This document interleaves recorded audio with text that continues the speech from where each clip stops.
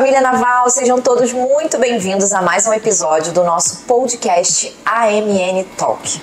Outubro chegou e com ele a campanha do Outubro Rosa, o primeiro mês colorido na prevenção da saúde da mulher, o câncer de mama, que é o mais incidente entre as mulheres. E quem vai conversar conosco hoje, a brilhantar o nosso quadro de entrevistas do AMN Talk, é a contra-almirante médica Dalva, primeira mulher a chegar no cargo de oficial-general das Forças Armadas.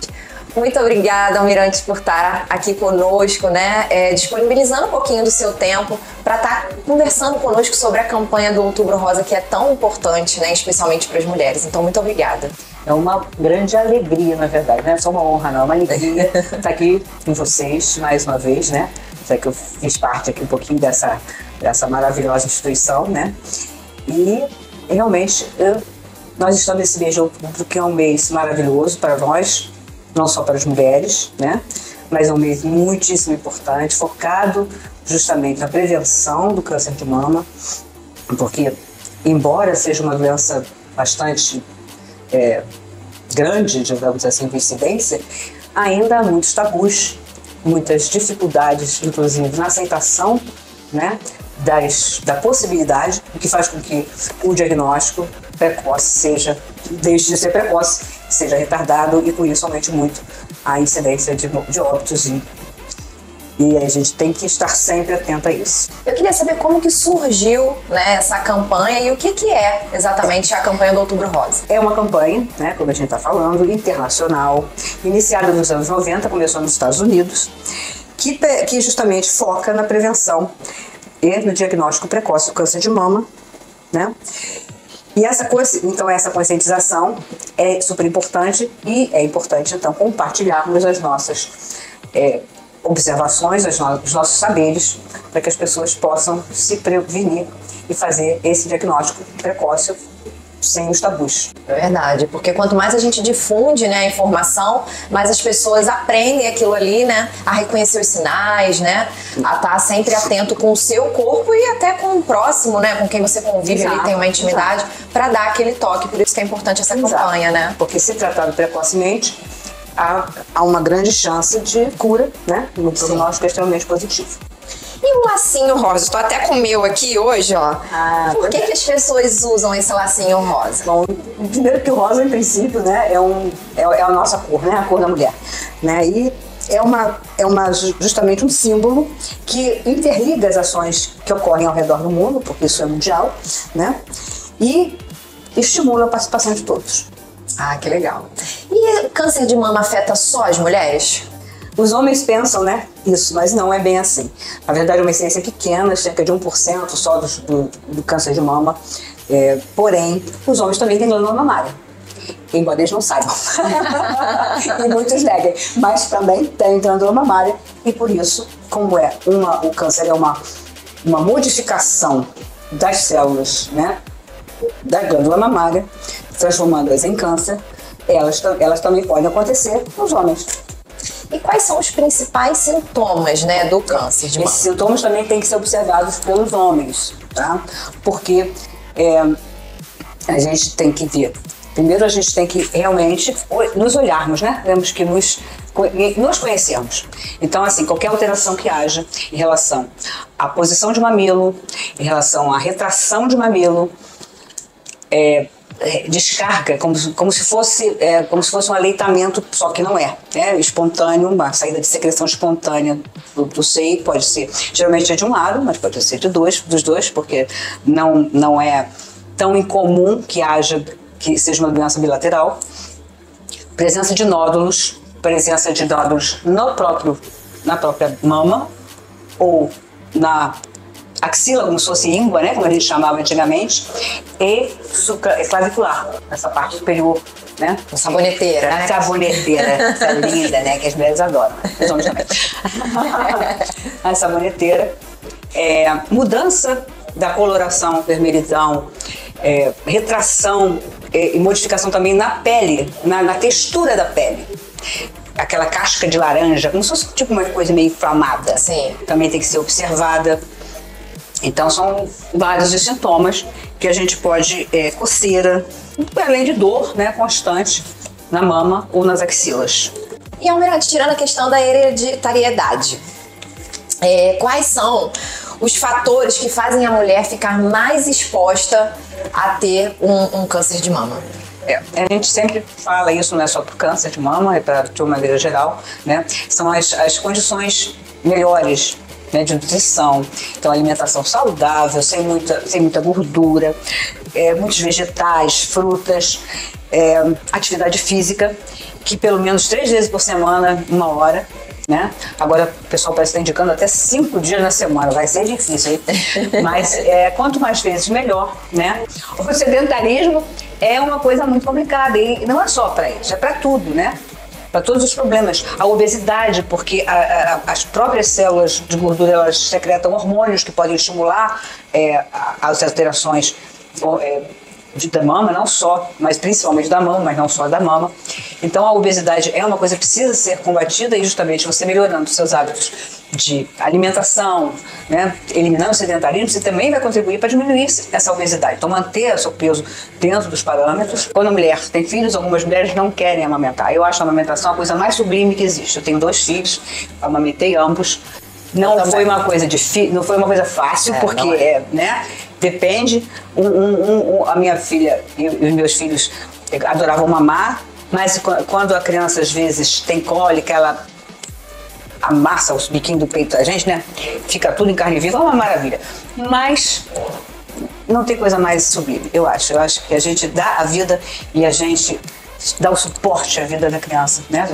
Com certeza. Passa ali as imunidades, né? Fortalece. Então, e a amamentação, quanto maior o tempo, maior o período de amamentação, melhor para a criança e para a mãe. Diminui mais ainda a incidência de câncer de mama. Nossa, que legal. Não sabia. Essas coisas são importantes, né? E outras coisas que a gente tem que prestar atenção é a exposição à radiação, aos agentes agrotóxicos, poluentes, que a gente cada vez tem mais, então a gente tem que ter cuidado. Outra coisa também é essa coisa da reposição hormonal, principalmente das mulheres pós-menopausa, que onde é maior a incidência também de câncer de mama, porque quanto mais avançamos em idade, maior a incidência de alterações celulares, né? Fazer o quê, né? Faz parte. E a reposição hormonal pode provocar ou acelerar um processo desses. A própria pílula anticoncepcional, né? Tem que ter muito cuidado, porque também é um fator que pode, como eu falei anteriormente, são hormônios, né? Os hormônios vão atuar nas células. De uma maneira geral, a gente sabe muito bem disso quando nós temos as nossas menstruações, geralmente a nossa mama fica. Outra coisa é ter filhos, é benéfico, quanto mais cedo melhor, né? Mais até os 35 anos de idade. Outra coisa importante também é que a gente precisa, além da parte de nutrição de uma maneira geral, a vitamina D é importante. É importante para os ossos, para a imunidade. E por isso é importante, porque o câncer é uma célula que se extraviou. Se a nossa imunidade estiver boa, e por isso todos esses cuidados com uma alimentação, com a nossa rigidez física, ela é combatida pelo nosso próprio organismo. Então, ficar com a imunidade baixa é a pior coisa que pode acontecer, é uma porta aberta para tudo, inclusive para o câncer de mama. E quais são os fatores de risco do câncer de mama? Aí nós temos que falar dos fatores que são mais relacionados à própria parte genética, né? Que é uma história familiar. E é importante que nós conheçamos a história da nossa família. Porque mãe, filha, com câncer de mama, antes da menopausa, ou com parentes próximos, com câncer de mama em qualquer idade, é um fator que precisa deixar-nos alertas. Ou a nossa própria história, de outros, né, problemas da mama, ou câncer de ovário, que também é outra coisa que está relacionada aos hormônios. Outra coisa é, nessa nossa história pessoal, nódulos de mama que já tenham tido biópsia com hiperplasia atípica ou alguma coisa assim, é importante que a gente fique mais atenta, porque evidentemente há uma possibilidade maior de termos alguma coisa, e aí a imunidade é extremamente importante. Outra coisa interessante, que é justamente também relacionada aos hormônios, é a idade, né? Então, menarca antes dos 12 anos e início da menopausa depois dos 55, ou seja, uma exposição maior, né, uma janela maior de exposição hormonal, também é outra coisa que precisa deixar nos alertas. E agora eu queria conversar com a senhora sobre a questão do autoexame, né? A gente fica ouvindo aí, faça o autoexame, aí um outro grupo fala, não é mais indicado fazer o autoexame. É indicado ou não é indicado? Bom, na verdade, o que se preconiza atualmente não é aquele autoexame cheio de regrinhas como existia antigamente, porque deixava as pessoas confusas, as pessoas ficando, meu Deus, é assim que é o palco, é assado que é o palco, não. Então o que se preconiza realmente é o autoconhecimento. Nós precisamos conhecer o nosso corpo, porque nós é que somos as primeiras pessoas a detectar qualquer alteração que possa estar ocorrendo. Então precisamos ver, sem tabus, sem preconceitos, palpar as nossas mamas, palpar o nosso pescoço. Quando toma banho, a gente, né, em princípio, a gente se lava direitinho, vai sentindo o corpo. É verdade. Né? Então, se olhar no espelho, ver se as mamas estão mais ou menos, lógico que nunca elas são completamente simétricas, né? Elas sempre têm uma diferençazinha, mas essa diferençazinha você conhece. Então, uma modificação dessa simetria sua, não é da do outro. Nem aquela feita pelo cirurgião plástico, é aquela sua, a sua normal, da sua constituição. Qualquer alteração disso vai fazer com que você, então, fique alerta. E aí, se você, com essa possibilidade de ter alguma coisa ali diferente, um carocinho diferente, alguma coisinha que você percebeu naquele momento, lembrando sempre que na época da menstruação também as mamas ficam diferentes, elas também ficam mais granuladas, entendeu? Então, por isso é que o autoexame, como era antigamente, tinha esse problema, porque dependendo do ciclo, da parte do ciclo que você está, né, vai fazer diferença na sua mama. Então você tem que se conhecer. Então você vai fazer direitinho. Se você notar alguma coisa, aí você vai fazer um exame clínico, vai procurar realmente um médico, e ele vai ver se realmente aquele é um motivo de preocupação e fazer ou não os exames necessários, né? Então, atualmente já não se preconiza toda hora estar fazendo mamografia, porque mamografia é radiação. E se a mamografia é radiação, e radiação é uma das causas que pode levar ao câncer, nós temos que pensar que calminha, né? Pisando no freio. Então, mais importante que tudo... Tem que fazer o check-up, mas não toda hora, né? Não toda hora. E aí, respeitando aquelas situações, né? Eu não sou da faixa de risco. Então, é uma coisa. Eu sou da faixa de risco. Então, é outra coisa diferente. Individualizado, né? Individualizado, né? É um rebanho, nós somos indivíduos. É verdade. E eu gostaria de saber quais são as medidas que toda mulher deve criar, né, na sua rotina para sempre estar atenta a esses cuidados com o corpo. O que elas devem fazer? Então, assim, né, concluindo, é importante que a mulher mantenha a sua rotina no dia a dia para reconhecer as variações, as alterações, que identificá-las para que possam ser suspeitas, para poder então procurar, se for o caso, né, antes daquele período, né, que a gente tem, né, porque aí a gente tem que ver conforme eu falei anteriormente. Então, assim, mulheres entre 50 e 69 anos, a realização de mamografia a cada 2 anos. Não como se fazia antigamente, todo ano.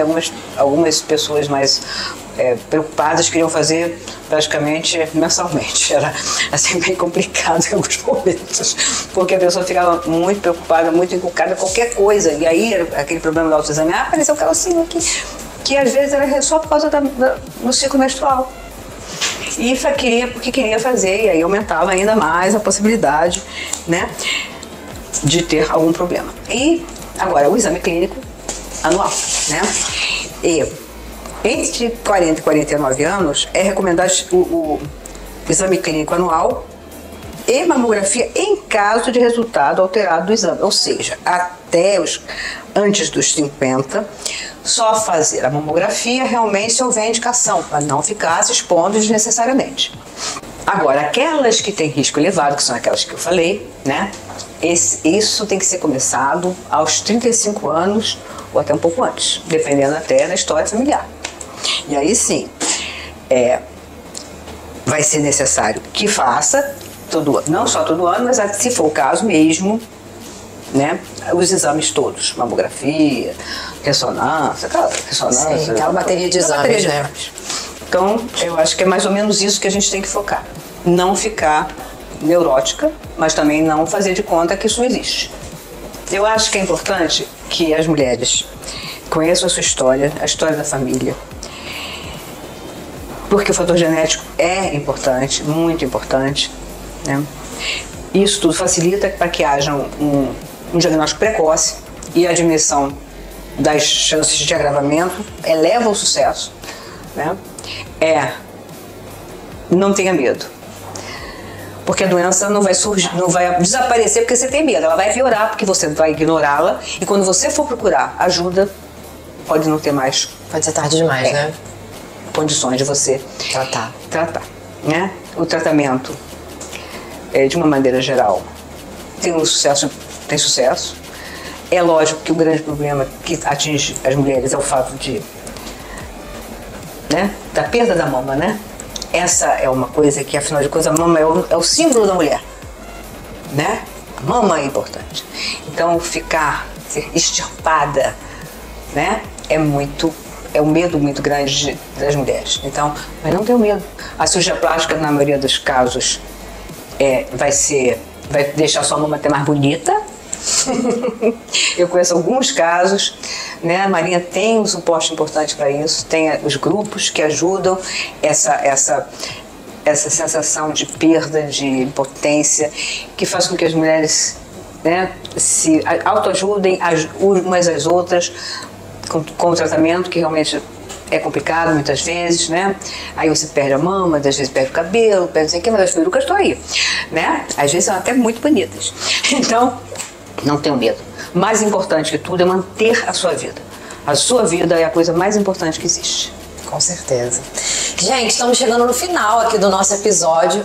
Eu gostaria muito de agradecer a sua participação e também, em especial, a participação da Almirante Dalva aqui conosco, né? Que foi muito válida, toda a mensagem, todo o conteúdo, todo o aprendizado que a senhora passou hoje aqui para a família naval. Então, muito obrigada pela sua participação aqui conosco. Obrigada a vocês pela oportunidade, para que a gente possa realmente divulgar. Espero que quem ouça isso divulgue, né? Para que a gente possa transformar isso realmente numa grande rede de autoajuda. Porque todas nós, em sendo mulheres, que já é o grande fator de risco, teremos que nos ajudar para podermos estar aí cada vez melhores, mais bonitas e mais vivas. Isso aí. Obrigada. Gente, espero vocês no próximo episódio. Se você ainda não é inscrito aqui no nosso canal, então se inscreva, curta e ative o sininho para sempre receber as notificações dos próximos vídeos. E também compartilhe com todos os amigos, familiares, todas as pessoas que vocês conheçam esse vídeo e não deixe de nos seguir nas nossas redes sociais. Tchauzinho, até a próxima!